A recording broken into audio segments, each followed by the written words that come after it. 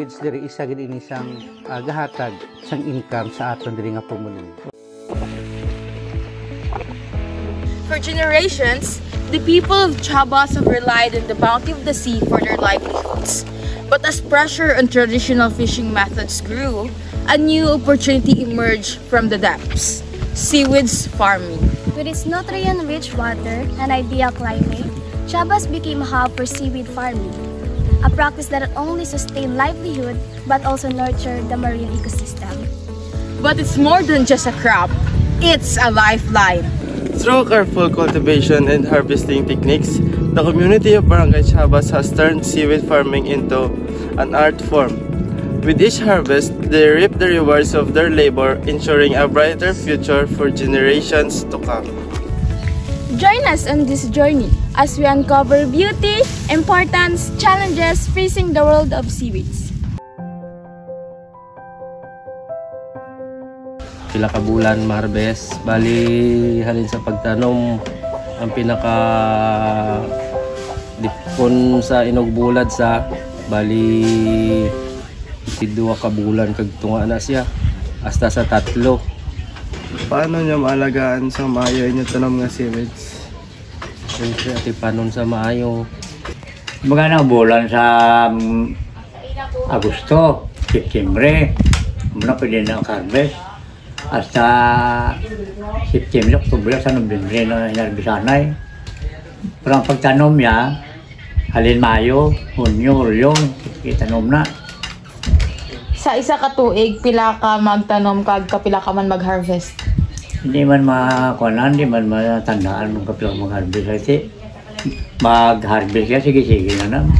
Ang mga rason kung nga kakapatayo kung hindi maayo ang pagtubo sa seaweeds. Nakapatay na sa akong dipindi bla sa lakat mga kachimpo.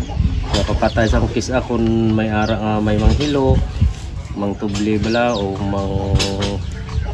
may magamit sa mga cyanide nga nagapanalom, nakapatay na siya. Ano ka oras nagapananaw mo kung nagabisita sa tanom mo nga seaweeds? Dipindi sa lakat sa chimpo kung may ara dipindi bala sa hubas. Kung limbawa mag-iasang kung gabi pang hubas, ti gabi pa man kami nagabisita. Kung adlaw nati adlaw naman. Kahit hindi man maubog kung dalong tubig.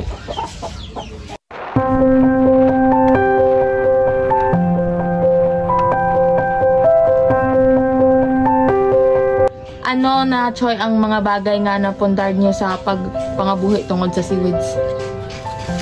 Ano bagay? Mga napundar niyo.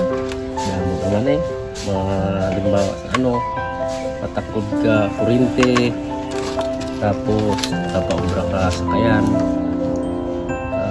nakabulig man sa ilang pag-eskwela.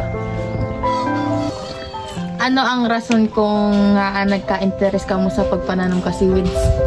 Naku, ang rason niya kay nakita ang tako kayong mabulig para sa pagpangabuhi. Ano ang rason kung nagka-interest ka mo sa pagpananom sa seaweeds, Lo? Hindi ka mag-ipananom kasi ang nakuha mo pagbuhay mo. Kung makatanom kami, kung mas 3 ka bulan, ma-harvest na siya, kundi makapasang Ano ang pinakaunang pamaagi sa pag-atipas ng seaweeds halin sa pagtanom pa kadto sa pag-harvest? Siyempre mayroong pagtanom, panilagan mo na siya kung halimbawa kung madasa mayroong sikla pagtanom mabi, mayroong sikla kundi bistahan mo sa kung manami na yung tubo, yung nalimpihan mo sa pirmi, kuhaan mo sa luno, lablo, para magdakot siya. Kasi pag abot na sa matag-apat sa bulan 5, pwede mo lang harvest. Ano ang mga sakit o kontrasang seaweeds nga maka-apekto kag paano inyo malikawan? Subuhin na tigil-init para halin na Enero, Pebrero, Marso. Kung halimbawa ang seaweed mo hindi pa harvest, mata-mata sa ice. Pag ice na sila, tingala lang sa katunaw, anod ng balon. Kaya mo na, isubong na kami seaweed, umpisa naman kami ng Inulan ang mga pagtanong naman. Ano ang mga pagtilaw o kung problema nga ginakaatubang ninyo sa pagpananom sa siwid sa subong at tiyempo?